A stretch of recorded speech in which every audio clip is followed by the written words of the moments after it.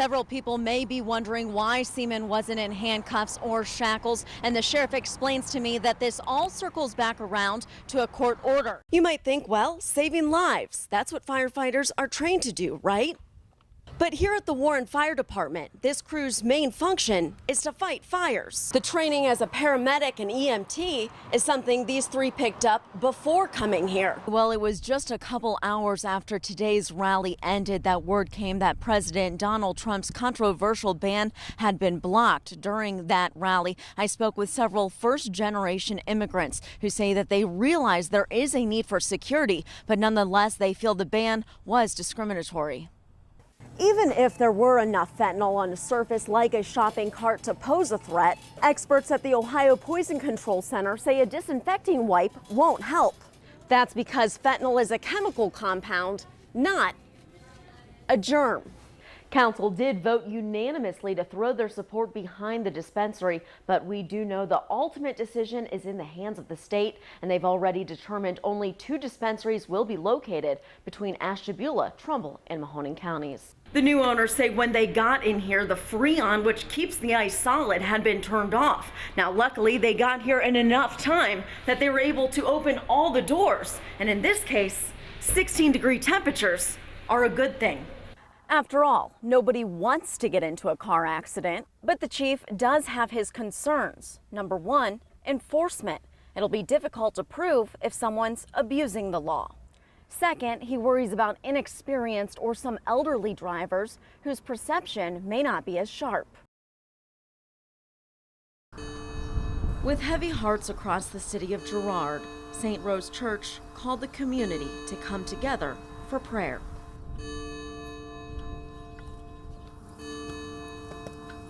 People from all across the valley making their way to celebrate the life of fallen police officer Justin Leo.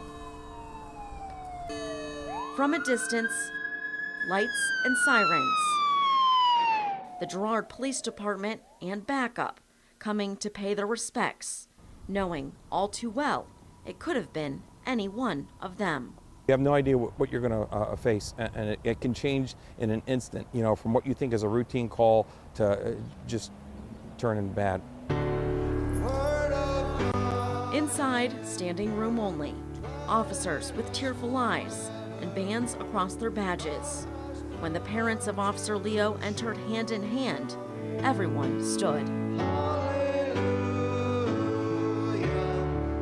These simple acts of kindness, this simple goodness, was the ordinary of Justin's everyday life. Monsignor Zura's message was one of hope. Thanks to God. And with songs of worship, Justin's mother seemed to take comfort in a higher power. Back outside, the sun had set, and there, a few folks who could hear the service simply sat and listened. And when the time came to go home, officers, overcome with grief, comforted one another, knowing that tomorrow is another day, and their hearts will be called to serve and protect. With more local news, I'm Danielle Cotterman. I've been trying to go to church and just trusting that the Lord was going to bring me something, and he did. All right, come on, let's go get in the car. He definitely did. 2017 has been a tough year for 28-year-old Whitney Hurd.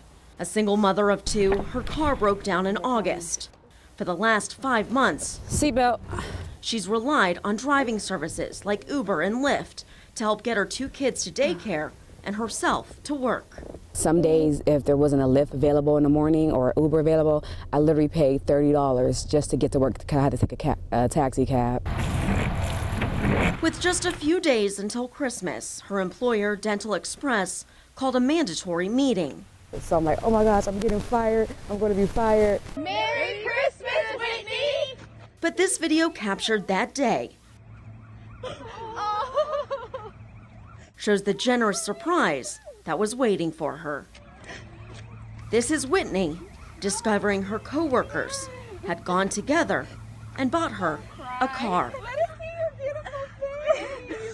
She never shows up late for work, although she has no vehicle. There were times that Uber or Lyft would actually drop her off across the street to get groceries, and she would walk with her groceries ahead of time to the office and store them here and then start her day. If anybody deserves it, it would be her. The $1,000 car may not be shiny and new, but Whitney is now back in the driver's seat. Like, I can't even put into words how grateful I am for them. An incredible act of giving, just in time to head off into a new year. With more local news, I'm Danielle Cotterman. Sound familiar? It should. John Sousa's Stars and Stripes Forever is a staple in just about every concert band's folder. But this version, played Tuesday night by the Canfield Community Concert Band, was a little different. It's always a challenge to play louder than the brass, so I think they'll show them up tonight. She's talking about the song's piccolo solo, performed this time simultaneously by 94 piccolo players. Normally all the bigger instruments get to shine over us, but today with us, so many of us out here, we get to shine over them. Very loud, especially in large numbers. Automatically when someone says, I play the piccolo, they're like, oh, so like that solo in Stars and Stripes. It's like iconic. The performance didn't break any records. There was a similar event last year in Texas, and they had almost 200 piccolos, so we're not quite there. But still, the sound was something worth noting. Normally in a concert band, you'll have 1 or 2 piccolo players, sometimes more for the Stars and Stripes Forever, but never quite this many. Making itself a performance to remember for both those playing and those watching. With more local news, I'm Danielle Cotterman. This is a big night for so many in our valley who have taken to heart the reports and the efforts to bring Claudia Herrig back to U.S. soil, to bring her back to justice. Now, finally, after all these years, sitting here behind me at the Trumbull County Jail is Claudia Herrig. According to the prosecutor, she was booked into the jail around 9:30 this evening, brought back by U.S. Marshals and the FBI. Now, as many of you know, she fled to Brazil after she was accused of killing her husband, U.S. Air Force Major Carl Herrig, back in 2007. There in her homeland, she was protected from having to answer to an aggravated murder charge. But according to State Representative John Bocheri, Brazil's top court stripped Herrig of her Brazilian citizenship and placed her under arrest, clearing the way for her extradition. Good evening, Derek and Leslie. I'm outside Northside Medical Center. This is one of 4 Valley hospitals that'll soon no longer be under the ownership of Community Health Systems, but under the new ownership of Steward Healthcare. Steward Healthcare announced late this afternoon that they signed a purchase agreement to take over 8 CHS hospitals. Those include Northside Medical Center, Trumbull Memorial Hospital, Hillside Rehabilitation Hospital, and Sharon Regional Health System. The sale is expected to close in the second quarter of 2017. Now, shortly after we broke this news, I was in contact with the Nurses Union president here at Northside. She says that they had not been formally notified of this change, but soon as news started to spread, the membership lit up her phone, and she says overall she believes that membership is hopeful. I'm hoping to, grow staffing so we can grow services here. I don't want to see cutbacks. I want to see the hospital grow. So I hope they're here to grow us and continue to serve the community. Now, according to Stewart's website, they are a for-profit company, just as CHS is. And the union president did express to me that any time hospitals are for-profit, there's always some concerns associated with that. We've posted on our website some more information regarding this sale. And of course, you can guarantee that we will be following up on this to see what kind of impact this will have on the community, the employment, and of course, patient care. For now, reporting live with more local news, I'm Danielle Cotterman.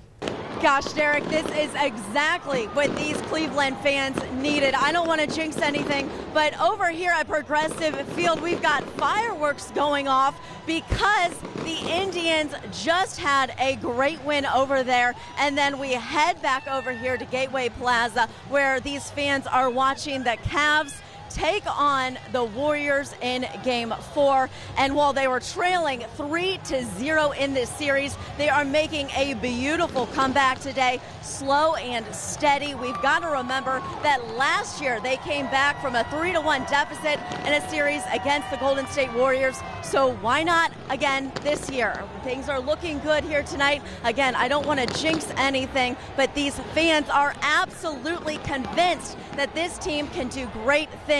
This Gateway Plaza was capped off, I'm told by security, at 25,000 people, and they haven't let anyone in here for about an hour. So if that shows you anything about how passionate these fans are, they've come out, they're watching these Cavs take on the Golden State Warriors here in Game 4, and when they win tonight, it'll be Game 5 out there in Golden State on the West Coast. For now, reporting live in Cleveland with all the excitement, I'm Danielle Cotterman. Derek, the father here, Robert Reber, says after years of trying to get his sons on the right track, word came early this morning that they've both been charged with aggravated murder in the death of who he says was their friend. This is the scene from last night on Belden Avenue off of Powers Way. 28-year-old Daniel Sanford was found shot to death. Suspects Lorenzo Hilton and Vincent Reber hospitalized, and Derek Reber on the run. Reber's father tells me his sons went to steal drugs and money, and now says his son Derek is armed and dangerous and wants him to turn himself in before the situation gets any worse. Put the gun down, call, turn yourself in, just do the right thing. Don't let nobody else get hurt and deal with it from there. Please, just turn yourself in. Don't be running and hiding and making it worse, and God forbid something else happens. Reber says his son Derek is bipolar and schizophrenic, and he says he doesn't take his medicine. He also says he's been involved with drugs. And if the name Derek Reber sounds familiar, it may, because he made local headlines back in 2014. He was that Struthers teen who was branded with a hot metal rod. Now, his father says despite his best efforts as a parent, his sons have fallen down the wrong path. Tonight at 11, we'll hear more from the father and how he says the system has failed to help his family. For now, reporting live in Youngstown with more local news, I'm Danielle Cotterman.